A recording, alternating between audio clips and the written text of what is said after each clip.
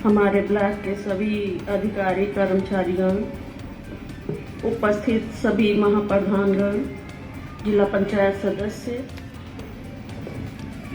और सभी प्रमुख जी के साथी जो घनिष्ठ मित्रों में से हैं, हमारे विधायक जी, सभी प्रधानगण,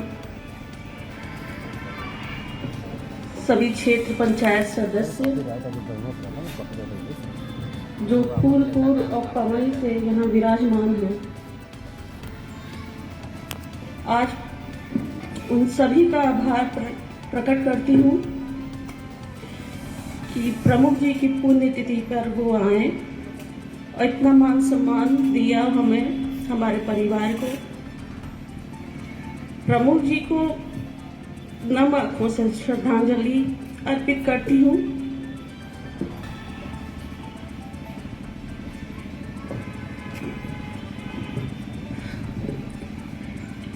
कुछ बोलने की स्थिति में नहीं हूँ फिर भी, लेकिन दो शब्द आप लोगों को बोलूंगी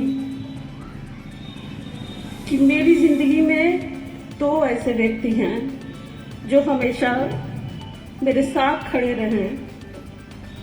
एक मेरे पिताजी और एक मेरे पति। जब यहाँ पे शादी करके आई, प्रमुख जी के साथ पहला कदम रखा, तो जिस परिवेश में मैं पली हूँ आप सभी को पता है, वो परिवेश इस परिवेश से बहुत अलग। अपने आप को एडजस्ट नहीं कर पा रही थी, तो सहयोग मेरे पति ने सबसे ज़्यादा किया। उन्होंने हर कदम पे मेरा साथ दिया, कदम से कदम मिलाकर चलना सिखाया, परिवार को एक सूत्र में बांध कर रखना सिखाया। वो मेरे सिर्फ पति नहीं, मेरे गुरु भी रहे हैं। और अपने मान सम्मान के लिए लड़ना भी सिखाया। अगर घर में कोई बात होती थी तो पहले बहुत चुप रहती थी, मैं बोलती तो ये बोलते थे, नहीं अपनी बात रखो, जो तुमने नहीं किया, गलत चीजें हैं, उस चीज का विरोध करना सीखो। अगर नहीं करोगी तो फिर दबाते चले जाते हैं लोग, चाहे वो परिवार हो या समाज हो। गलत को गलत और सही को सही कहो। ये सब चीजें उनसे सीखने को मिली हर कदम पे। और आज ही नहीं कि उनके जाने के बाद मैं बाहर निकली, वो थे तब भी मुझको लेके बाहर वो निकलते थे, ये आप सब लोग जानते हैं।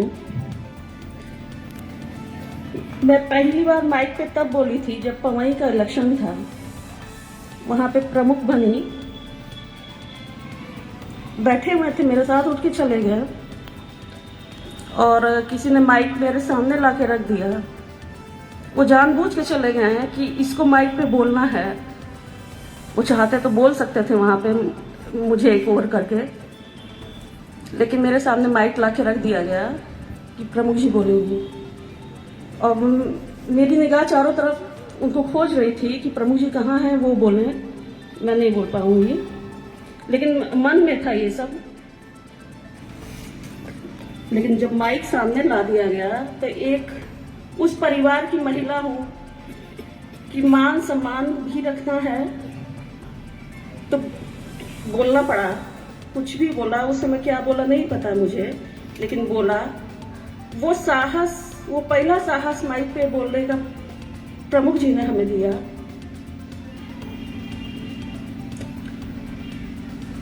उसके बाद बहुत सी बातें होती थी हम लोगों के बीच में।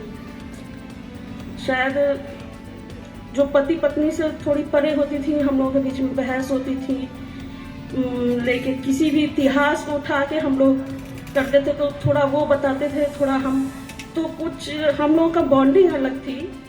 पति पत्नी कम और दोस्त ज़्यादा लगते थे। तो जब आपस में अगर पति पत्नी एक दोस्त बन जाते हैं तो वो रिश्ते अच्छे होते हैं, वहाँ पे लड़ाइयाँ कम होती हैं, आपस में माइंड मेकअप होता है और एक दूसरे का पूरा सहयोग करते हैं। ये उन्हीं के सहयोग का नतीजा है। कितनी बड़ी जिम्मेदारी उनके जाने के बाद मैं संभाल सकी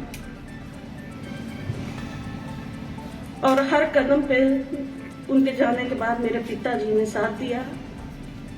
उन्होंने मुझे कभी नहीं रोका किसी काम से। आज भी बोलते हैं तुम जो मैच्योर हो, जो सही समझती हो तुम करो, मैं हमेशा तुम्हारे साथ खड़ा हूँ। तुम्हारे पति जब नहीं हैं आज की डेट में, लेकिन तुम्हारा पिता जिंदा है। इसमें सबसे बड़ा साथ मेरे तीनों ससुर जी ने भी दिया मुझे, जिन्होंने बाहर निकलने का मौका दिया। बहुत कम लोगों को ये नसीब होता है। खास करके ये आजमगढ़ का परिवेश, गांव का परिवेश है, जहाँ पे महिलाएं सिर्फ घर में रह जाती हैं। अब मुझे इतनी बड़ी जिम्मेदारी संभालने के लिए दी गई, इसलिए उन लोगों का भी सबसे बड़ा सहयोग रहा है मेरे जीवन में। आज भी वो लोग कहते हैं अगर कोई दिक्कत होती है तो ये मत समझना कि कोई तुम्हारे साथ नहीं है। अभी सागन वाले चाचा जी से बात हुई तो उन्होंने सीधे शब्दों में कहा कि कोई भी दिक्कत होती है अर्चना तो उमाकांत अभी जिंदा है, ये मत भूलना, मुझसे बोलना। वैसे ही एमपी साहब अंबारी पूछते रहते हैं दिक्कत परेशानियां,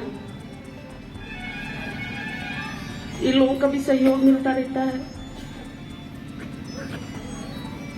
एक पति के जाने के बाद औरतें टूट जाती हैं, बच्चे होते हैं, उनके बच्चे बिखर जाते हैं, लेकिन मेरे पास कोई ऑप्शन नहीं था बिखरने का, टूटने का, क्योंकि इतना बड़ा वो साम्राज्य छोड़ के गए थे। थोड़ा सा कॉन्शियस माइंड हो गए, लेकिन बच्चों ने हमें सिखाया, खासकर मेरे बच्चों ने, जब तीनों लिपट के रोए मेरे से, पूरा दुनिया से जो कनेक्शन था मेरा टूट गया था। कम से कम 1 महीना मुझे पता ही नहीं क्या हो रहा है क्या नहीं, बच्चों से भी कोई लगाव नहीं, ये मन ही नहीं करता था कि रहूं। आप सोचिए, जिंदगी आप जीना ना चाहें और मर ना सके, उन दोनों के बीच की स्थिति में आपको रहना हो तो कितना कठिन होगा। तो बच्चों ने सिखाया, जीने का मकसद दिया कि माँ पापा नहीं है, लेकिन हम लोगों में तुम्हें पापा नहीं दिखते हैं, हम लोग तो उन्हीं का खून है ना। तब मुझे लगा कि बच्चे सही कह रहे हैं, बच्चों की तरफ ध्यान गया।